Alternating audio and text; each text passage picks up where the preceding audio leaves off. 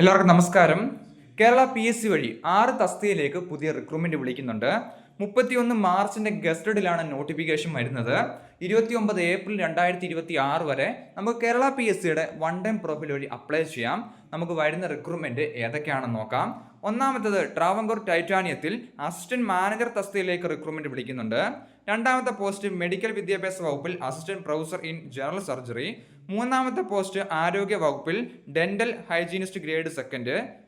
നാലാമത്തെ പോസ്റ്റ് കേരള സംസ്ഥാന ചലച്ചിത്ര വികസന കോർപ്പറേഷൻ ലിമിറ്റഡിലേക്ക് ഗാർഡ് തസ്തികയിലേക്ക് റിക്രൂട്ട്മെന്റ് വിളിക്കുന്നുണ്ട്. അഞ്ചാമത്തെ post Kerala state handloom weavers cooperative society ലിമിറ്റഡിലേക്ക് സെയിൽസ്മാൻ സെയിൽസ് വുമൺ തസ്തികയിലേക്ക് റിക്രൂട്ട്മെന്റ് വിളിക്കുന്നുണ്ട്. സർക്കാർ ഉടമസ്ഥയിലുള്ള വിവിധ കമ്പനി കോർപ്പറേഷൻ ബോർഡുകളിലേക്ക് ഗാർഡ് അല്ലെങ്കിൽ സെക്യൂരിറ്റി ഗാർഡ് തസ്തികയിലേക്ക് റിക്രൂട്ട്മെന്റ് വിളിക്കുന്നുണ്ട്. സോ ഈ റിക്രൂട്ട്മെന്റിലേക്ക് 31 മാർച്ചിന്റെ ഗസ്റ്റഡിലാണ് നോട്ടിഫിക്കേഷൻ വരുന്നത്. 29 ഏപ്രിൽ 2026 വരെ നമുക്ക് ഓൺലൈനായിട്ട് അപ്ലൈ ചെയ്യാൻ സാധിക്കുന്നതാണ്. സോ നോട്ടിഫിക്കേഷൻ റിലീസ് ആകുമ്പോൾ ഒരു ഡീറ്റെയിൽ വീഡിയോയും കൂടി ചെയ്യാം.